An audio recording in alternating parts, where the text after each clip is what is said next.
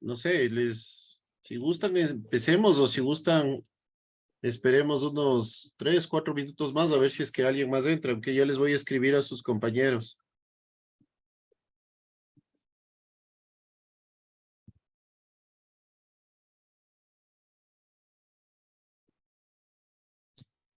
Arqui, esperemos unos minutos más a ver si alguien más entra.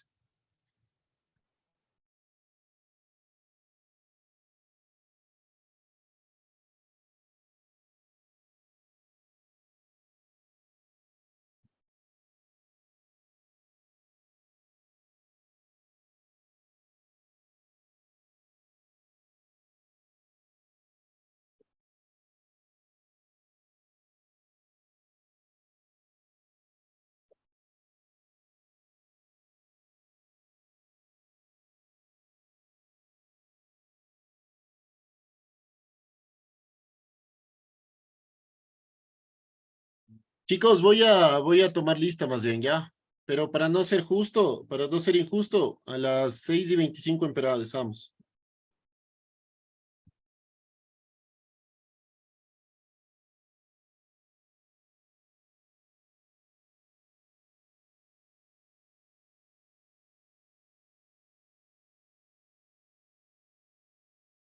Listo, esperemos hasta las 6:20.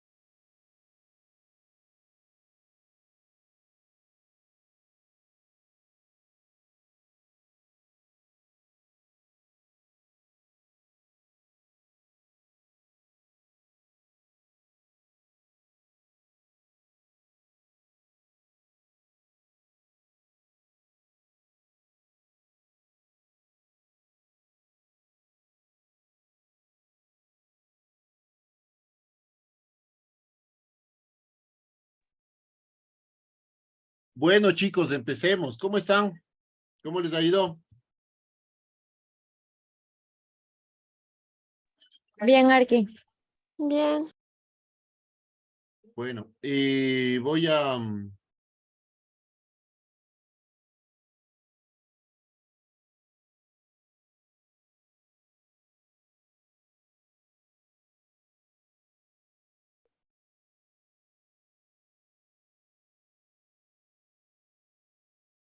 Bueno, chicos, les voy a tomar lista, ¿ya? Para que por favor me ayuden contestando. Denise Roxana, presente.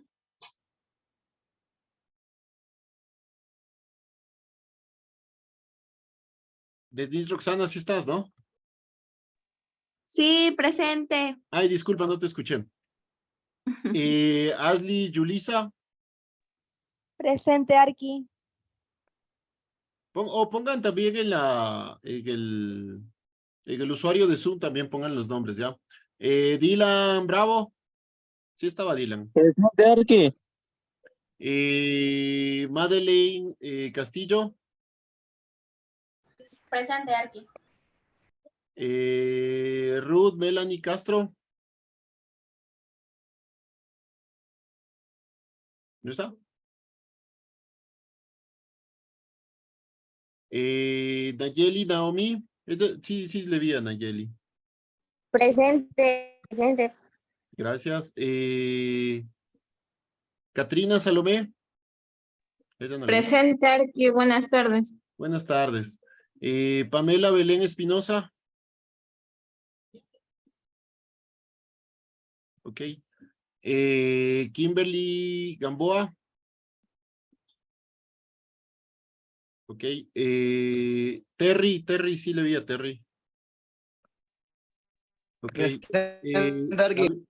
David Ortega. Doménica Nicole. Presente. Ok. Katia Arlet. Sí le vi a Katia. Presente.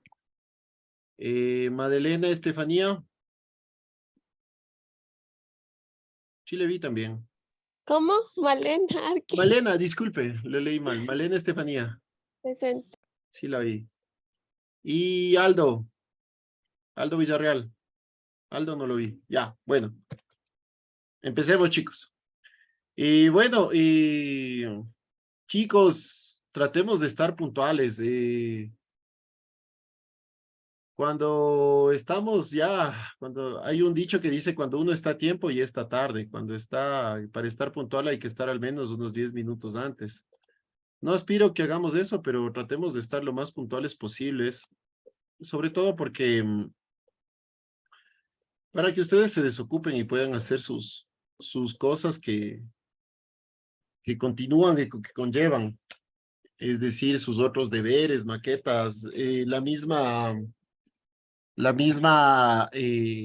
informe de investigación, o sea, puedan hacer todas sus cosas, ¿sí? Bueno, hemos visto ya algunas cosas del barroco, hemos hecho un recorrido ya histórico en cuanto a lo temporal y también en cuanto a lo espacial. Hemos visto cómo se desarrolló el barroco en Europa, hemos visto cómo se desarrolló también en los distintos tiempos del barroco, pero lo que realmente, yo creo que lo que realmente nos interesa en esta clase es qué sucedió en nuestro país, qué sucedió en el Ecuador. Con respecto a eso, les comento que hubo también un periodo barroco aquí, pero le sucedió inmediatamente un periodo colonial. El colonial es el barroco, o se determina como la arquitectura barroca, es decir, la arquitectura portuguesa, arquitectura española, arquitectura inglesa, arquitectura francesa aquí en sus colonias. Sí, por eso es arquitectura colonial. Pero donde más se desarrolló la arquitectura colonial es en la Real Audiencia de Quito. Bueno, también se dio en otros virreinatos, en la Real Audiencia de Lima, se dio también en Colombia, pero nosotros tenemos una fuerte, fuerte, fuerte arquitectura colonial y muy hermosa, ¿no? Por ejemplo, aquí vamos a ver un ejemplo espectacular que es el Palacio de Carondelet. Carondelet es un palacio que fue construido para el barón de Carondelet, ¿sí? Que fue uno de los gobernadores, digamos acá. Entonces, esto es un ejemplo increíble de arquitectura colonial.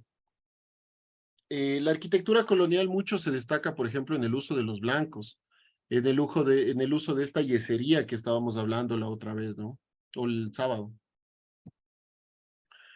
Entonces,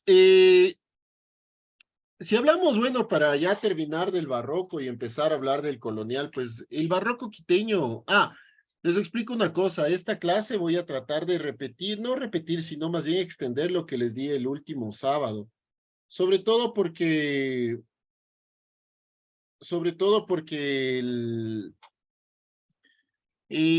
fue más bien un recorrido rápido lo que hicimos el día sábado, ¿sí? Entonces, algunas cosas se repetirán, otras cosas son nuevas. Pero bueno, el barroco quiteño básicamente está representado por la escuela quiteña, o esta famosa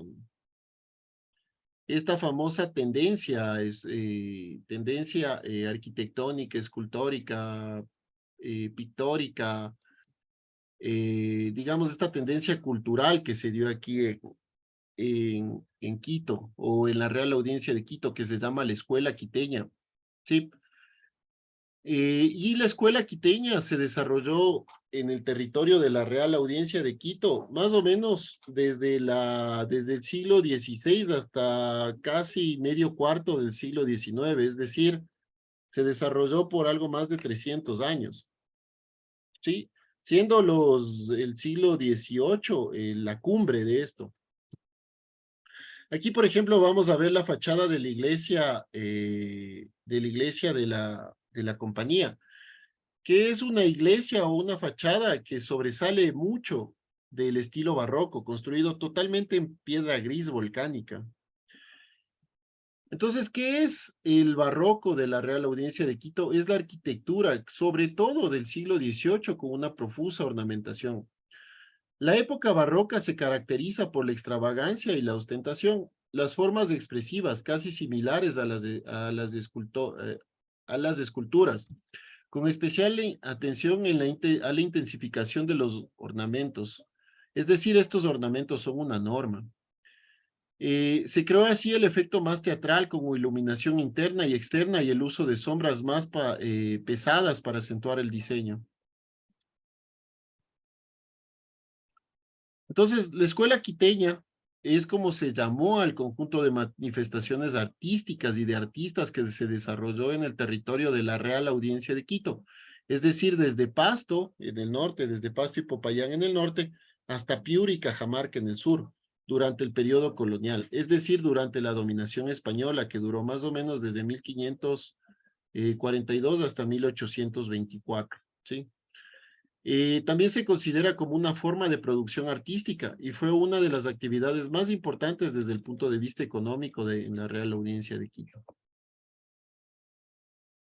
Aquí, por ejemplo, podemos ver a la iglesia de San Francisco. La iglesia de San Francisco con sus dos grandes torres, ¿no? Esto, por ejemplo, en la iglesia de San Francisco es barroco, es arquitectura barroca. Bueno, la iglesia de San Francisco termina siendo un hito arquitectónico para América Latina de arquitectura colonial. Es un complejo arquitectónico religioso inmenso, abarca como unas 4 hectáreas, es decir, 40,000 metros cuadrados. Pero bueno, si nosotros lo vemos a la iglesia de San Francisco, aunque creo que me voy a adelantar un poco, si nosotros vemos a la iglesia de San Francisco, se divide en dos partes, ¿no? Es una parte colonial, perdón, una parte barroca y otra parte colonial, ¿no? Estas dos alas. Es decir, la iglesia y la capilla es barroco, pero ya el conjunto arquitectónico es colonial. Bueno, entonces, ¿qué era la Real Audiencia de Quito? era esto. Este es el territorio de la Real Audiencia de Quito. Lo que ahora es así, digamos. Ahora sí es el Ecuador. Pero antes todo esto era la Real Audiencia de Quito. Y la Real Audiencia de Quito pasaba por toda la cuenca del río Amazonas. ¿Sí? La escuela quiteña,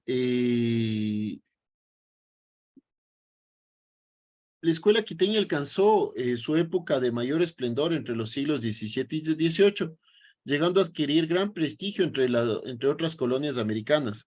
También se considera como una forma de producción y fue una de las actividades más importantes desde el punto de vista económico de la Real Audiencia de Quito. La Real Audiencia de Quito, o perdón, la escuela quiteña tenía tal fama o tal influencia, digamos, que incluso el rey Carlos, refiriéndose a la escuela quiteña y a uno de sus escultores principales, que era Caspicara, él dijo textualmente: no me preocupa que Italia tenga a Miguel Ángel, en mis colonias de América yo tengo al maestro Caspicara, ¿no? Es decir, a la escuela quiteña se le comparó con el punto más alto del Renacimiento, que era el de Miguel Ángel. O la parte más importante del Renacimiento, ¿sí? La Real Audiencia de Quito era una audiencia, la audiencia era como un país, digamos, ¿no? O un pequeño reino. Y fue el más alto tribunal de la corona española en los territorios de la provincia.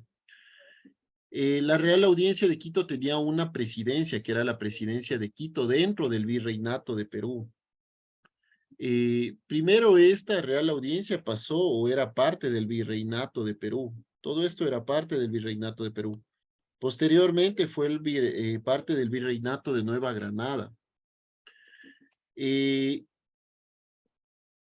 Y este llegaba hasta Cali y Popayán, digamos, en el norte, ¿no? Aquí está Cali y aquí está Popayán. Y en el sur llegaba hasta Piura. Sí, más o menos por aquí es Piura. Y abarcaba toda la cuenca del río Amazonas. ¿Por qué se le dio este territorio? Se le otorgó fácil, porque el primer gobernador de esto fue Francisco Pizarro. Y Gonzalo Pizarro, fue quien descubrió el río Amazonas. Y en conjunto con Francisco de Orellana llegaron hasta el Atlántico, ¿no? Entonces, básicamente por eso se le da a la Real Audiencia de Quito este territorio. La Real Audiencia de Quito se crea en el año de 1563 o 1564 por parte del rey Felipe II en la ciudad de Guadalajara. Ahí se dicta la ordenanza o la ley que crea la gobernación de Quito a cargo de Gonzalo Pizarro. Y es elevada a Real Audiencia, ¿no? Además, ahí se indican los límites. ¿Cómo estaba organizada la Real Audiencia de Quito? En España estaba el rey y el Consejo de Indias. En la colonia estaba el virrey, que para este caso era o el virrey de Perú o el virrey de Nueva Granada. Perdón, el virrey de Lima o el virrey de Nueva Granada. Estaba la Real Audiencia, que aquí está mal, es la Real Audiencia de Quito, y también se conformaba por varios cabildos y corregimientos, ¿sí? Entonces, la escuela quiteña o la escuela quiteña el barroco, ¿cómo nace? Tras la fundación de la ciudad en 1534, 1533, y el crecimiento de la primera generación de quiteños, se vio la necesidad de crear un sitio en que estos puedan educarse correctamente. Es así que se encomienda esta labor al profesor Juan Griego, quien se encarga de enseñar a leer y escribir a los habitantes de la pequeña villa, en una escuela que funcionaba en la catedral debido a la falta de un lugar apropiado. En 1552, esta labor pasó a manos del obispo de la comunidad franciscana, Francisco Morales, a quien fundó el primer centro de educación formal llamado San Juan Evangelista. ¿Sí?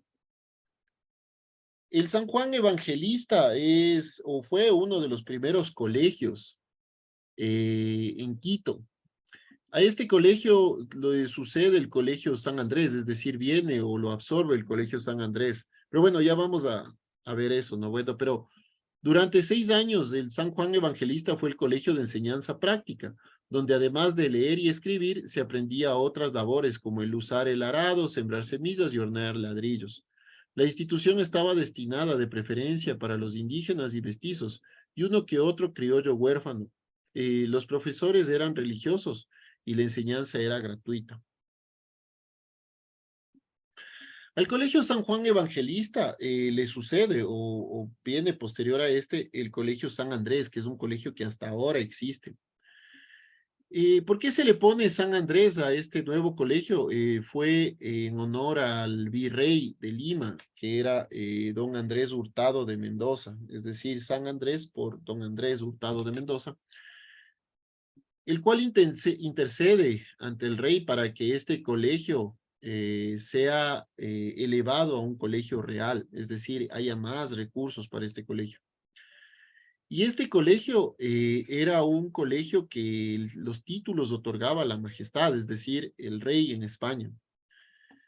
El monarca accede ante esta petición de don Andrés Hurtado de Mendoza, y se forma oficialmente este colegio con su respectivo financiamiento, ¿no? Entonces, una vez creado el Colegio San Andrés, le encargan a dos frailes, a dos curas, digamos, a Fray Jodoco Rique y a Fray Pedro Goceal.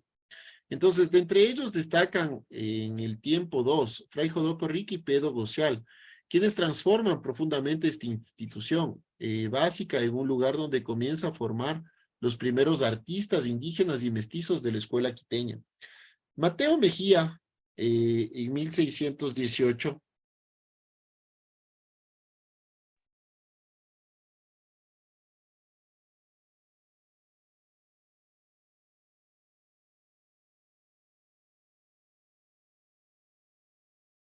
chicos, creo que se desconectó, no sé si me confirman, hasta dónde me escucharon Sí se desconectó a y hasta dónde lo escucharon, hasta el anterior slide, o este sí escucharon. principios. Bueno, al Colegio San Andrés le encargan a dos curas o a dos frailes, que era Fray Jodoco Rique y a Fray Pedro Goceal, quienes transformaron profundamente esta institución básica en un lugar donde se comenzaba a formar los primeros artistas indígenas y mestizos de la escuela quiteña. Mateo Mejía en 1618 fue el primer alumno que empezó a destacarse por su obra y afirmarla, algo que no era costumbre en ese tiempo. Como expresión cultural, el sincretismo es el resultado de un dilatado proceso de transculturización entre lo aborigen y lo europeo. Es una de las manifestaciones más ricas del mestizaje y del sincretismo, en el cual aparentemente la aparición del indígena vencido es menor o de menor importancia frente al aporte europeo dominante. Entonces, aquí empieza a ocurrir algo interesante. Venían los españoles y les decían a nuestra mano de obra indígena, a nuestros indígenas les decían, hagan un ángel o hagan un retablo. Pero lógicamente y culturalmente ellos no entendían lo que era un ángel o que era un retablo. Entonces trataban de explicar lo que era un ángel, por ejemplo, era un ser divino que protege a todos, digamos. Entonces para ellos un ser divino era un sol, o era una montaña, o era un puma, o era no sé, o era un lobo, o era una tortuga. Entonces, ellos empiezan a tallar esos elementos y empieza a haber un sincretismo entre esos elementos, ¿no? Aquí vamos a ver la iglesia de la compañía. La iglesia de la compañía, esta es la parte interna de la iglesia de la compañía, es decir, de esta iglesia.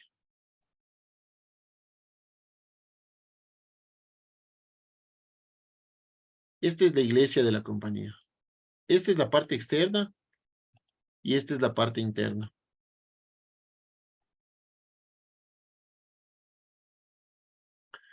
Entonces, la iglesia de la compañía deslumbra o tiene deslumbrantes retablos dorados, impresionantes imágenes de pinturas religiosas, señoriales conventos. Cuando se habla de señoriales es a nivel de monarcas, ¿no? Y estas son algunas de las características que describen el invaluable legado histórico y patrimonial que posee las iglesias del centro de Quito y bueno, y también Guápulo, porque también Guápulo ahí se construye una iglesia por la Virgen de Guápulo. Y que fue la imagen de esta escuela quiteña que fue la precursora de este auge artístico, ¿no? Fray Jodoco Rique era uno de los miembros más notables de la orden franciscana.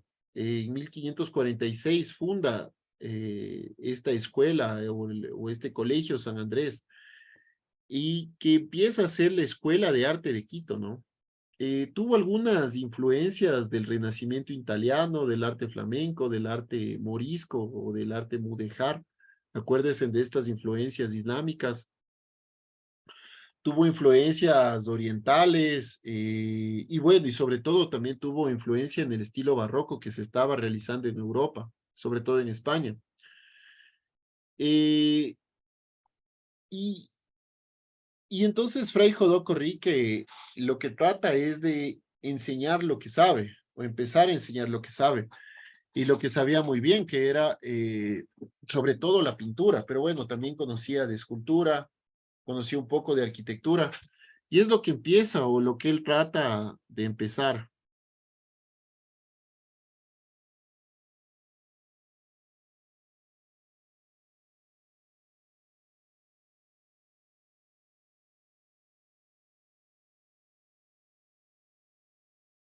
Bueno, entonces, y es lo que él trata de enseñar o lo que trata de mostrar, ¿no?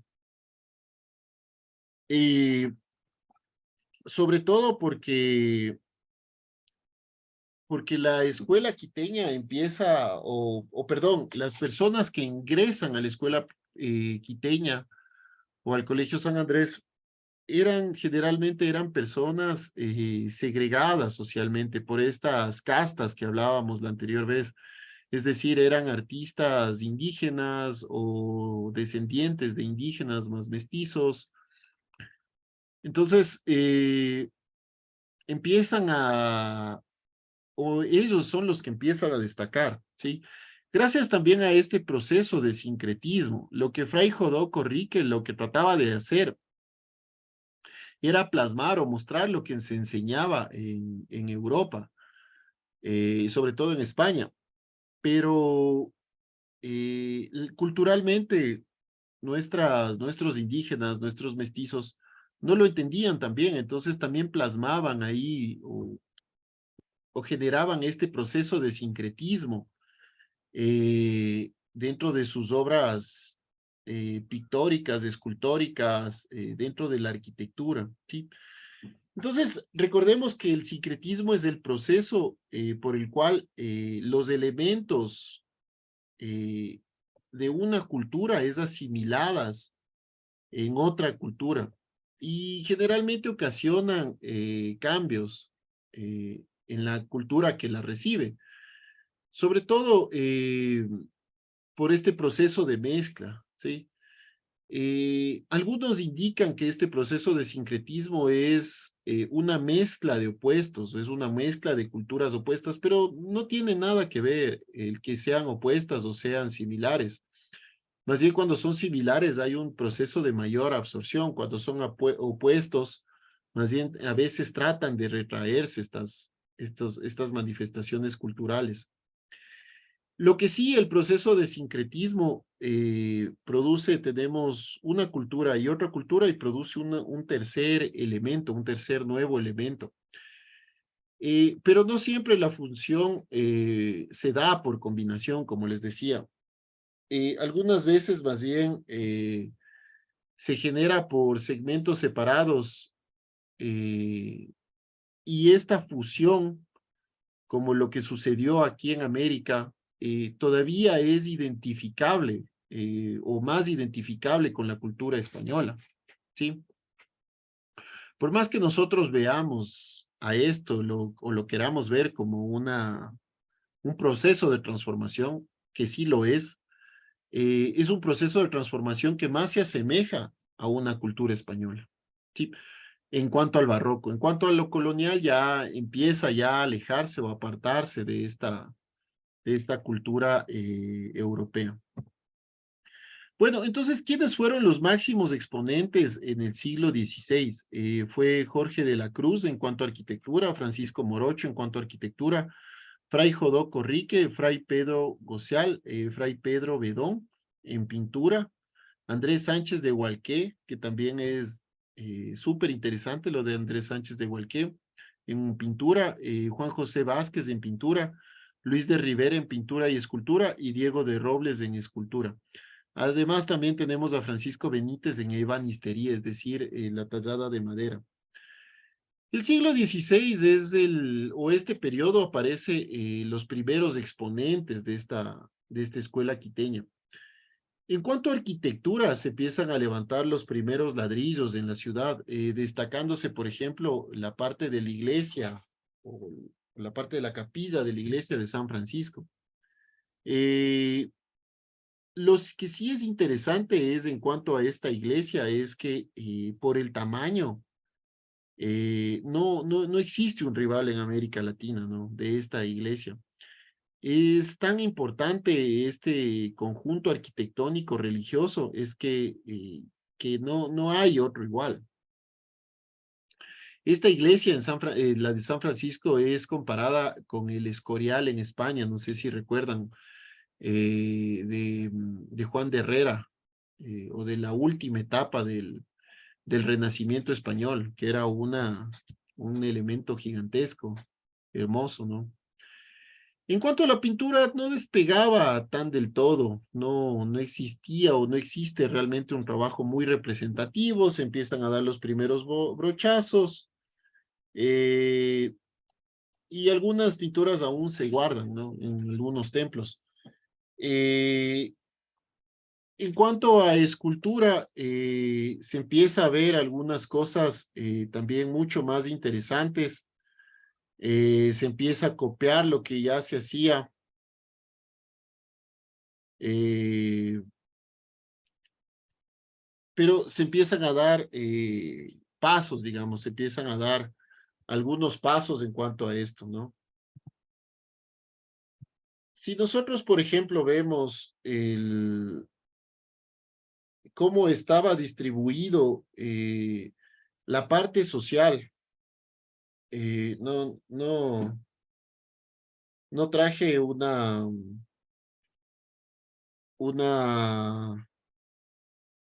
un slide sobre cómo estaba distribuido en cuanto a las castas y a eso. Sí, no traje. Pero lo que tenemos que destacar es que estas personas o eran descendientes, o perdón, eran indígenas o eran descendientes de indígenas.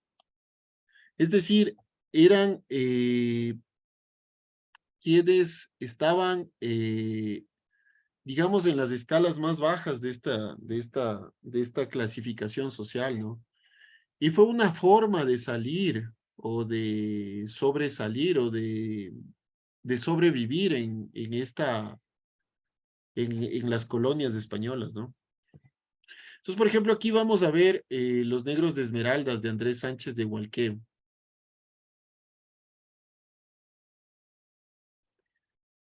Tenemos también que pensar que Fray Jodó Corrique Era un religioso franciscano, era un tipo muy erudito, era un artista muy destacado. Bueno, él era de origen flamenco y fue el pionero de toda esta escuela. Bueno, Fray Jodoco Rique es quien empieza la construcción de la iglesia de San Francisco. Y bueno, también ahí empieza la Escuela de Artes y Oficios San Andrés él toma la batuta, ¿no? Y bueno, también Fray Jodoco Rique en el convento de San Francisco es el primero en sembrar trigo en Sudamérica. Y con con el trigo se empieza a crear la cerveza. Fray Jodoco Rique también es el primero que empieza a traer agua corriente a la ciudad de Quito, ¿no?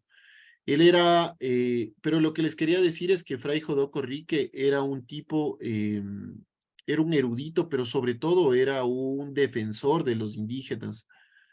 Era un defensor de la cultura de ellos.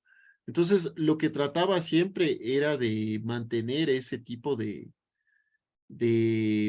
cultura interesante de cierta forma, ¿no? Entonces, de alguna forma él influyó en eso para que se dé, ¿no? Y vamos a ver, por ejemplo, en cuanto a las pinturas o a las esculturas, esa influencia. En el siglo XVII tenemos en arquitectura a Fray Antonio Rodríguez, a los hermanos Marcos Guerra en arquitectura y escultura. En escultura tenemos al padre Carlos, a José Olmos Pampite en escultura, al hermano a Hernando de la Cruz en pintura, a Miguel de Santiago en pintura y a Isabel de Santiago en pintura y a Nicolás Javier Godivar en pintura. Aquí, por ejemplo, vamos a ver una escultura de José Olmos de Pampite. Y aquí a la Virgen Alada de Miguel de Santiago. Esta es la Virgen Alada que posteriormente se convierte en la Virgen de Quito, pero en forma de escultura. Sí, se me fue el nombre, por Bernardo de Legarda. Sí. Bueno, entonces en el siglo XVII se empieza a mejorar o a perfeccionar, digamos, la técnica de la escuela quiteña, empieza ya a despegar de una mejor manera, empieza a crear nuevos elementos, empieza a haber un mejor trato en cuanto a pintura. Tenemos, por ejemplo, a Miguel de Santiago, uno de los máximos exponentes, pero también tenemos a su hija, Isabel de Santiago, quien hereda eventualmente su taller. Aquí está Isabel de Santiago. Bueno, Miguel de Santiago era el padre de Isabel de Santiago. Isabel de Santiago fue una de las máximas exponentes de la escuela quiteña. Tenía una corriente artística que fue reconocida a lo largo del continente durante el periodo colonial. Aprendió la pintura de su padre, de Miguel de Santiago, y eventualmente heredó también su taller. Aunque buena parte de su práctica artística estuvo destinada a pagar deudas dejadas por su padre y su esposo, ¿no? Algo triste que le sucedió a ella o anecdótico es que le fue negado el examen para certificarse como pintora profesional, aunque era una de las artistas más reconocidas entre la alta sociedad quiteña, sobre todo por su admirable delicadeza y su estilo, ¿no? Su motivo más recurrente era el de las vírgenes, el de la Virgen Mantilla y la infancia del niño Jesús. Miguel de Santiago fue un niño un niño que era nieto de indígenas y sus padres eran mestizos. Eh, su padre se llamaba Lucas Bisuete y su madre Juana Ruiz, quienes le nombraron como Miguel Bisuete. Lastimosamente o ventajosamente también puede ser, Miguel de Santiago queda huérfano a temprana edad y luego es adoptado por Hernando de Santiago, que era el corregidor en Riobamba, y también le hereda su apellido, ¿no? Entonces, por eso es Miguel de Santiago. Inicialmente era Miguel Bisuete y posteriormente es Miguel de Santiago. No se conocen muchos detalles sobre su juventud, ¿no? Eh, pero bueno, esto es una parte anecdótica, para que vean la importancia, digamos, de Fray Jodoco Rique en empezar a formar a estas generaciones de estos niños indígenas, ¿no? Bueno, en el siglo XVIII, que fue el momento más cumbre de la escuela quiteña, los más importantes exponentes, digamos, o representantes fueron Bernardo de Legarda en cuanto a la escultura, ya vamos a ver lo que hizo Bernardo de Legarda, Manuel Chili, conocido como Caspicara. Manuel Chili fue, creo que, el mayor exponente de esta escuela quiteña, ¿no? Fue uno de los más o de los mejores representantes.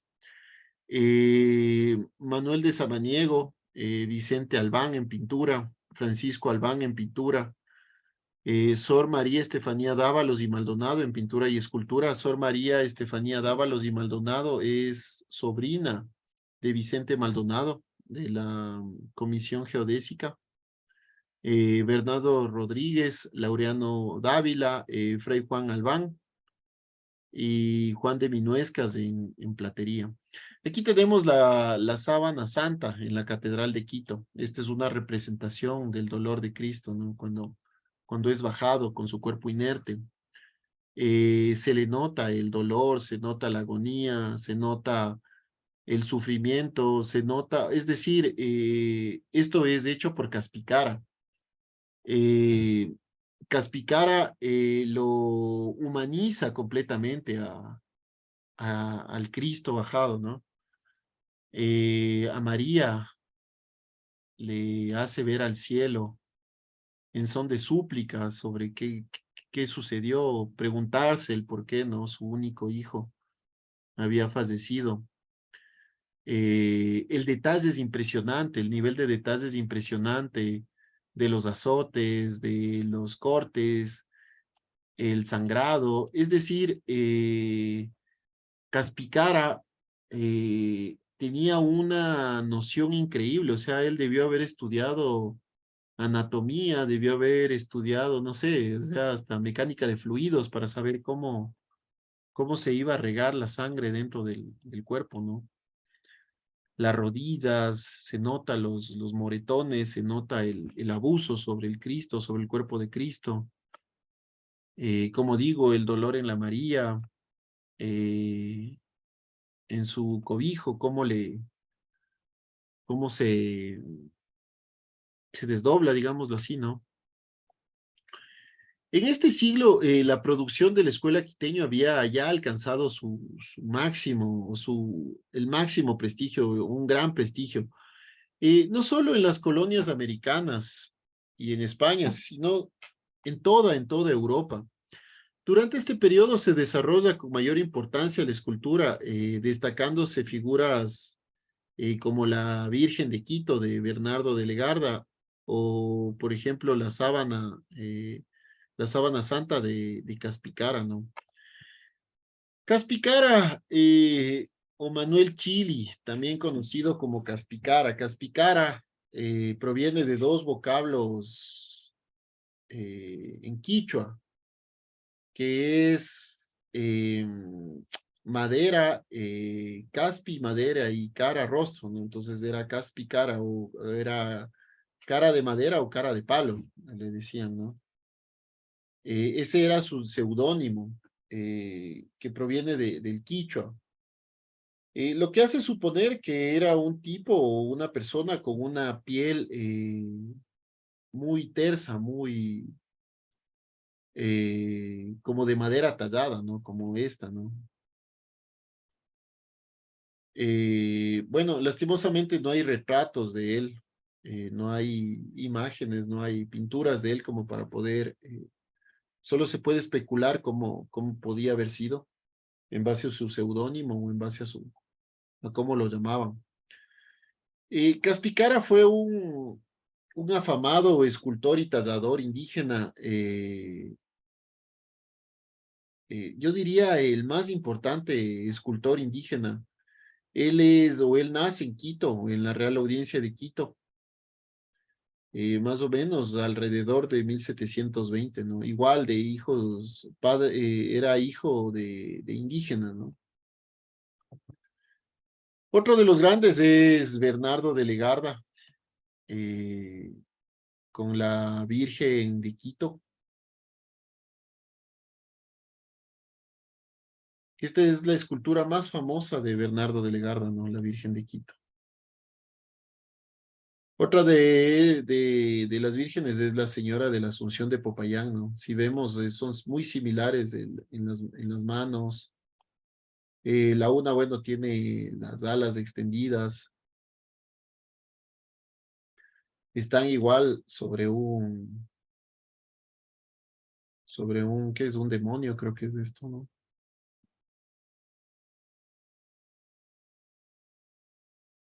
Sí, es algo muy hermoso esto. Es súper hermoso lo de Bernardo de Legarda.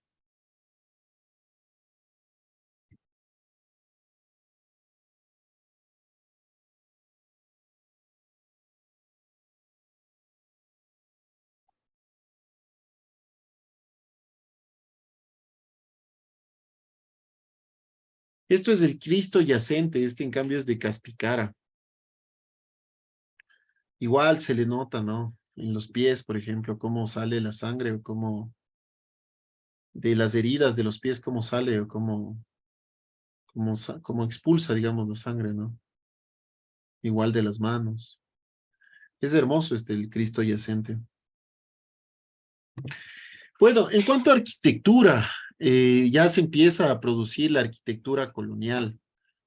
El referente arquitectónico la arquitectura colonial es o se refiere al estilo artístico de las potencias imperialistas, como Portugal, España, Inglaterra, replicadas en sus colonias, principalmente en América.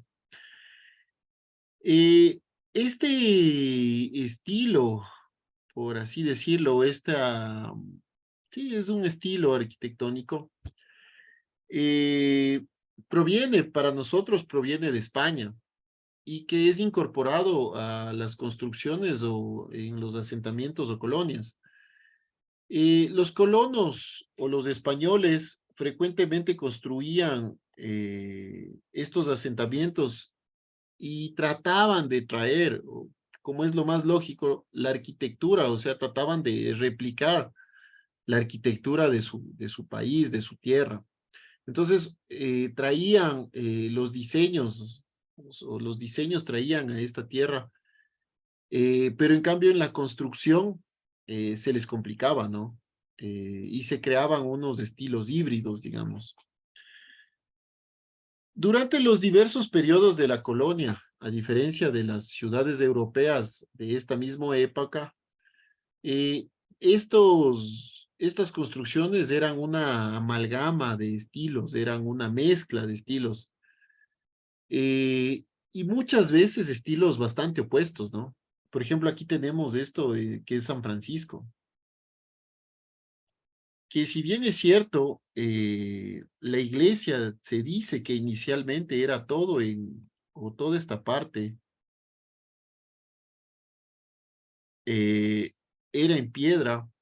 Posteriormente, ya en la etapa colonial, parece que se le recubre, se le da algo de yesería y se empieza a recubrir y a alisar las superficies, ¿no? Pero si lo vemos, por ejemplo, en grabados, como el que les traía, se nota que es completamente en piedra, ¿no?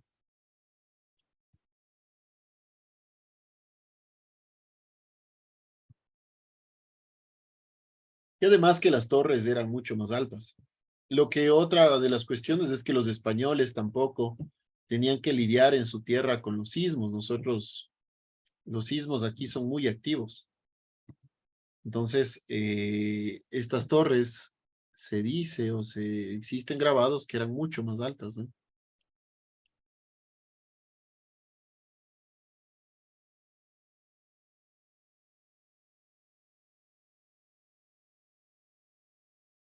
Entonces, la fundación de las ciudades en la colonia era una ceremonia o un acto completamente religioso, que tenía o ritos muy religiosos. Mezclaba los ritos religiosos también con protocolos militares y actos políticos, ¿no? Pero siempre las fundaciones se los hacía en nombre de Dios y se los reclamaba para la corona española. Por eso es que nuestras ciudades, o las ciudades fundadas por los españoles, tienen nombres de santos. Por ejemplo, San Francisco de Quito, Santiago de Guayaquil, Santa Ana de los Cuatro Ríos, ¿sí? Eh, tienen San Miguel de Ibarra, tienen nombres que abocan a esta dependencia religiosa. Y sobre todo tienden a rendir un estilo de tributo a un santo, sobre todo por dos razones, ¿no? Para que primero era un honor para la ciudad nombrarle como un santo, y por otro lado era para que ese santo se encomiende y proteja la ciudad, ¿sí? Recordemos que en esa época habían los corsarios que llegaban a las ciudades, saqueaban y quemaban, o habían también los sismos aquí en América, era muy común los sismos. Entonces, y se trataban también de fundar cercano a fechas religiosas o santoriales, ¿no?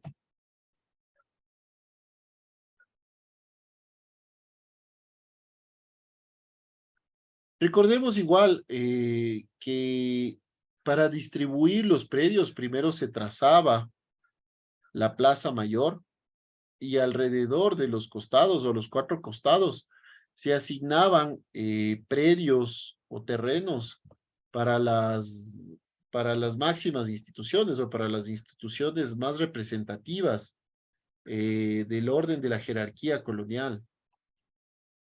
En América también la arquitectura tuvo mucho que ver o fue un vehículo para la evangelización. Los primeros conventos y las primeras iglesias eran construidas con estilos o parecían unas fortalezas, ¿no? Como San Francisco. Eh, Sobre todo para intimidar, por así decir, ¿no? Bueno, vamos a ver entonces, por ejemplo, la primera iglesia que vamos a ver es la iglesia de Nuestra Señora de Guápulo.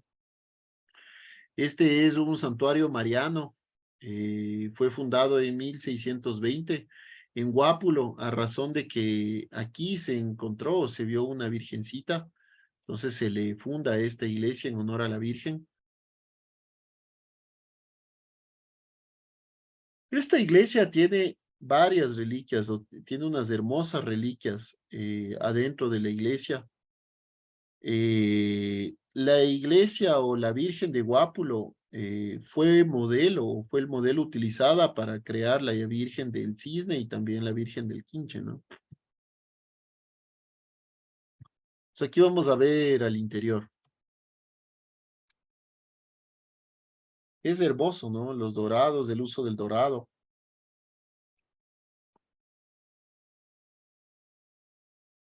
Es sencillamente impresionante.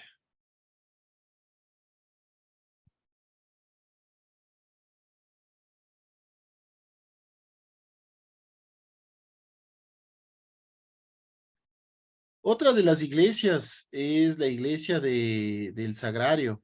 La iglesia del Sagrario, es igual un templo católico que queda en la García Moreno. Es muy parecida a la iglesia de la Compañía de Jesús, que ya lo vamos a ver más adelante. Y se encuentra en la calle principal, digamos, en el eje principal de la ciudad de Quito, que es en la calle García Moreno. Antes de esta calle era conocida como la calle de las Siete Cruces, porque hay 7 cruces a lo largo de la García Moreno. Quito también es una de las ciudades con el mayor número de iglesias en su centro histórico, ¿no?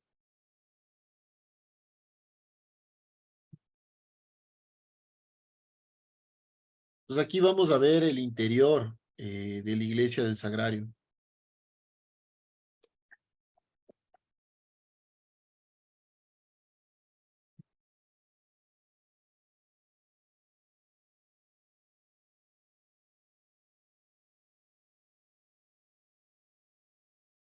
La siguiente que vamos a ver es la iglesia de la Compañía, o el convento Ignacio de Loyola se llama, o más conocida como la iglesia de la Compañía de Jesús, o simplemente la Compañía. Y es un complejo católico que también queda en la calle García Moreno, en este eje principal de la ciudad de Quito. Es totalmente labrada, o su fachada es totalmente labrada en piedra volcánica, y es considerada como una de las más importantes expresiones de la arquitectura barroca en el continente americano, ¿no? Tiene órdenes salomónicos, que es súper interesante. De hecho, le llamaban también la iglesia salomónica, o el templo de Salomón de Sudamérica.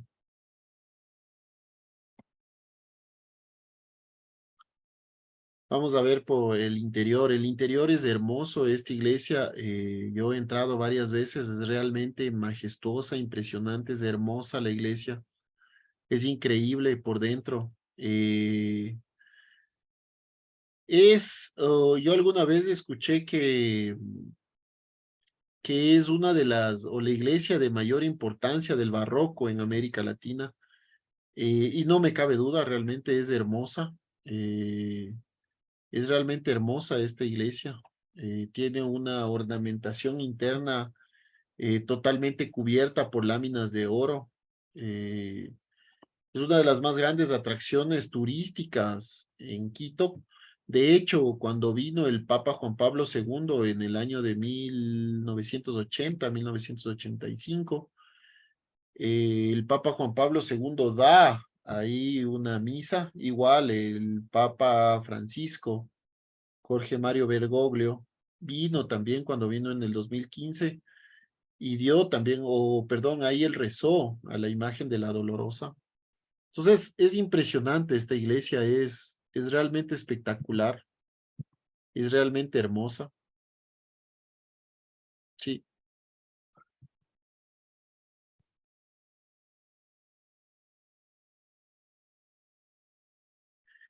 La siguiente que vamos a ver es la Basílica de Nuestra Señora de la Merced.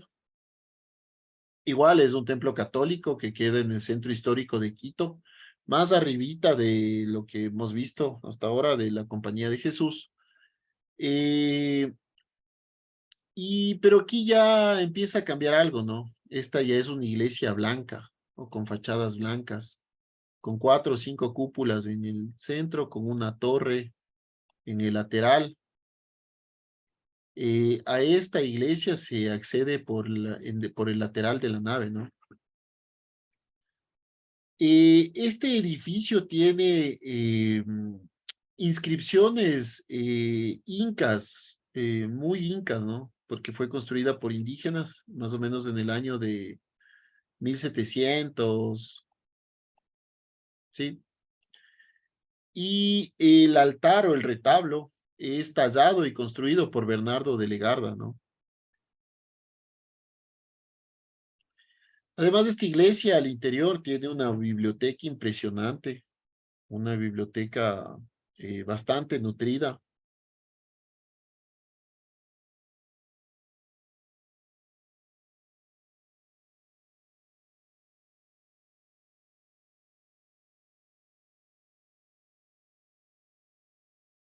Sí, arquitectónicamente este elemento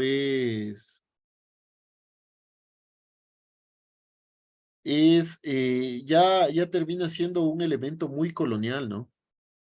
Tiene arte mudéjar, tiene algunas expresiones que no necesariamente son exclusivamente españolas o exclusivamente este sincretismo indígena, ¿no?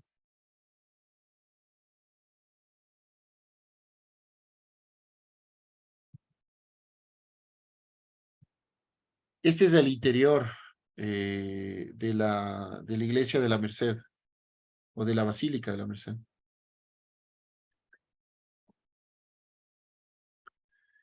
Internamente esta iglesia también, bueno, como les decía, tiene una biblioteca súper nutrida. Me parece que tiene algo más de 40.000 libros o volúmenes. Tiene un proyecto de conservación de bibliotecas eh, y, y de restauración, ¿no? También de bibliotecas o de los libros, ¿no? Es hermosa también esta iglesia, sobre todo por dentro.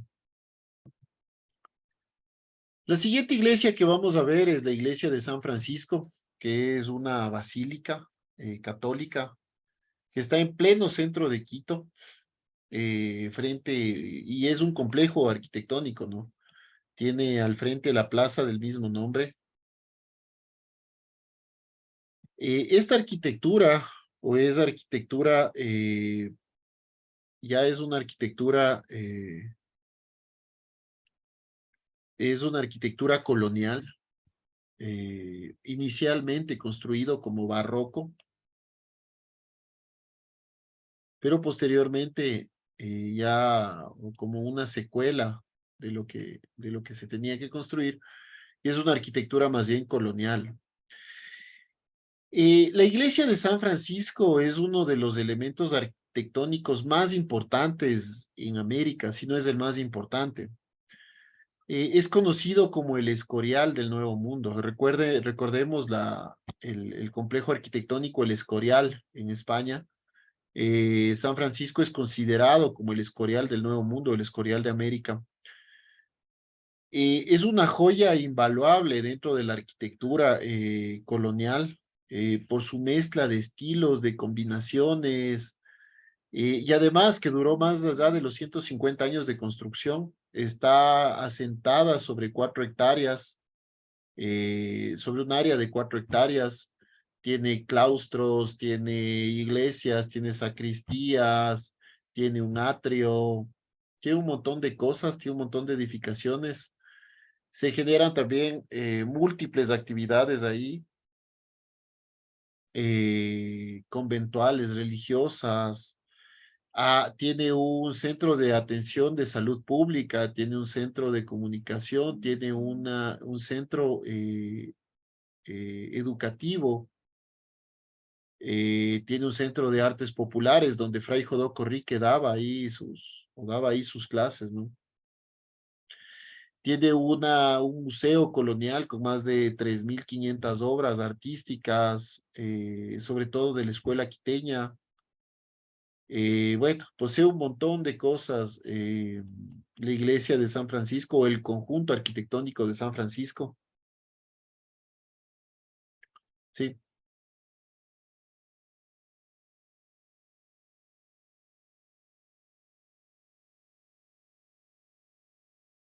vamos a verla por dentro.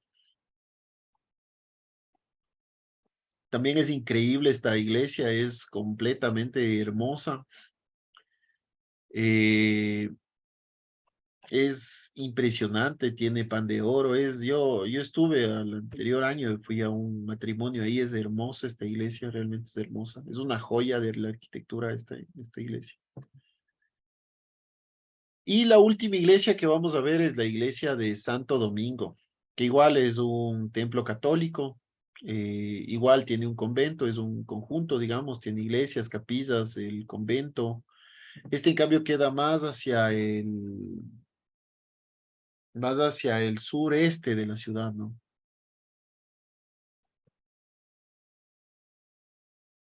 Esta es la parte interna de San Francisco, perdón, de Santo Domingo.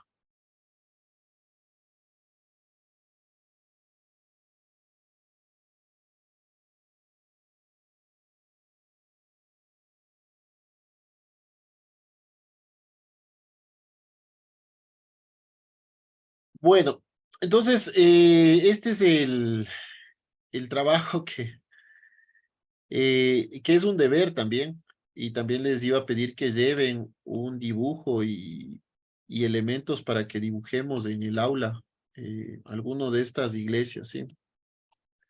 Pero bueno, sin embargo, ya les mando por WhatsApp.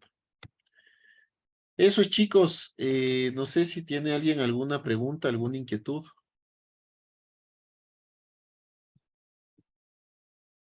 Chicos, ¿siguen ahí? Sí, No, no, Arqui, sin embargo, no tenemos dudas por ahora. ¿Perdón? Que sí, seguimos aquí, pero no tenemos dudas por ahora. Ah, bueno. Bueno, chicos, entonces yo ya les mando el slide para que no se olviden el deber y nos veríamos el Arqui, día sábado. Sí, dígame. yo le quiero preguntar, Claro. ¿el dibujo que tenemos que llevar es para hacerlo en clase y aparte el del deber o el que Sí, tenemos que llevar es solo el del deber? lo comprendiste bien, Kimberly. Hay que llevar el deber y otra imagen para trabajar en clase. Yo ya les mando, si gustan, yo ya les mando por WhatsApp todo. Gracias, Arqui. Sí, sin problema.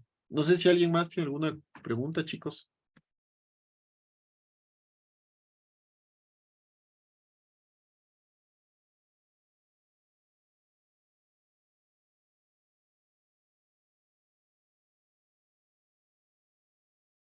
Bueno, entonces hasta aquí llegaríamos. Nos veríamos el día sábado, chicos. Se los quiere mucho y cuídense. Por favor, traten del sábado de estar en horario, ¿ya?